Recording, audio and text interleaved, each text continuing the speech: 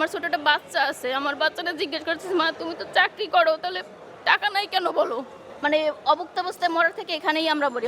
অবস্থা তো এমনিতেও পারি যে মরবো, তার থেকে এখানেই মরি।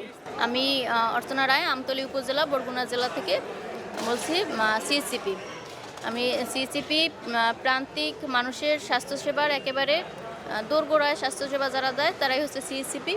আমরা 2023 সালের 1 মার্চ সরকারি নিয়োগ বিধি মোতাবেক মৌখিক এবং লিখিত পরীক্ষা দিয়ে জয়েন করি চাকরিতে। 2023 সালের 1 মার্চ থেকে 2024 সালের জুন পর্যন্ত আমরা বেতন বাঁধা পেয়ে আসছি।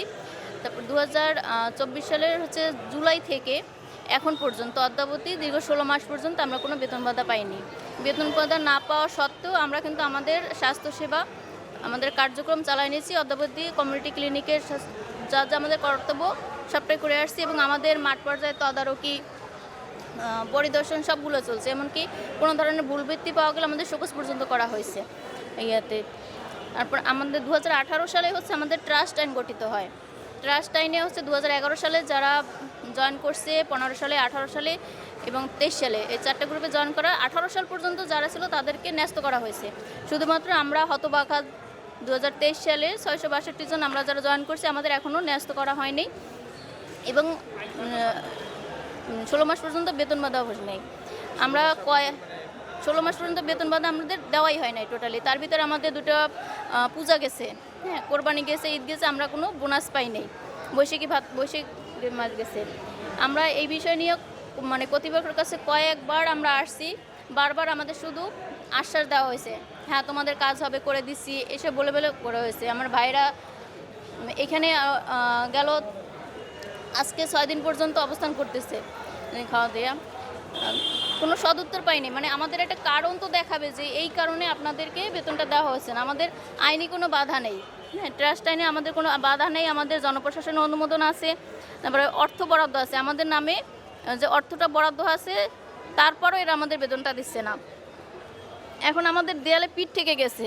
16 মাস পর্যন্ত বেতন না পেলে একটা মানুষ, সরকারি কর্মজীবী বলা হয় যে হ্যাঁ সরকারি বেতন না পেলে কীভাবে চলতে পারে? আমার ঘরে আমার শ্বশুর শাশুড়ি, আমার বাবা মা, আমার হাজব্যান্ড, আমার ছোট একটা বাচ্চা আছে, আমার বাচ্চাটা জিজ্ঞেস করছে, মা তুমি তো চাকরি করো, তাহলে টাকা নাই কেন বলো? কিছু, আমার বাচ্চাটা খুব অসুস্থ, আমি সেইটা রেখে আজকে আমি রাজপথে, জনগণের সেবা ছেড়ে রাজপথে। কর্তৃপক্ষের একটুখানি সদর্শন যদি হয় তাহলে আমরা এই দুঃসহ জীবন থেকে মুক্তি পেতে পারি। কর্তৃপক্ষ তাদের অনেক ক্ষমতা, একটু কলমের খোঁচা আমাদের অন্তত দুটো ডাল ভাতটুকু জোগাড় করতে পারি। আমরা অযৌক্তিক কিছু চাইতেছি না, আমাদের শুধু ন্যায্য দাবিটুকু চাইতেছি। এটা মানুষ 30 দিন কাজ করার পরেও, হ্যাঁ, এইরকম আশ্বাস এর আগেও দেওয়া হয়েছে। আমরা এই তৃতীয়বারের মতো এখানে এসে পড়ছি। এর আগেও আমি আসছি, এই একই কথা মিডিয়ায় অনেকবার বলা হয়েছে, কিন্তু মাদার কর্তৃপক্ষ আমাদের কোনো ব্যবস্থা নেয়নি। আমরা কাগজে কলমে মানে কোনো সদুত্তর পাইনি, বাধ্য হয়ে আজকে আমরা বলছি। আমাদের এখন মানে বাড়ি ফেরার মতো অবস্থা নেই, ধার দেনা গেলে পরে সব পাওনাদাররা টাকা চাইবে, কি দিব? তার থেকে এইখানে লাশ হয়ে থাকি যতদিনে কর্তৃপক্ষ আমাদের বেতন ভাতা না দিবে, আমাদের ট্রাস্টে ন্যস্ত না করবে, আমরা মাঠ ছেড়ে যাচ্ছি না। হ্যাঁ, এইটা বর্তমান পরিস্থিতিতে 30 তারিখের পর দেশের পরিস্থিতি কী হবে আমরা কিছুটা হলেও সবাই আন্দাজ করতে পারতেছে।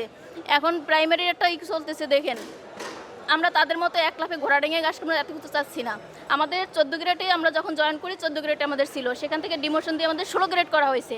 সেই 16 গ্রেডের প্রাপ্য পাওনাটুকু আমাদের দিচ্ছে না সরকার। তারপর 30 তারিখের পরে আমাদের কি অবস্থা হবে? মানে অবস্থায় মরার থেকে এখানেই আমরা মরি। অবস্থা তো এমনিতেও পারি যে মরবো, তার থেকে এখানেই মরি।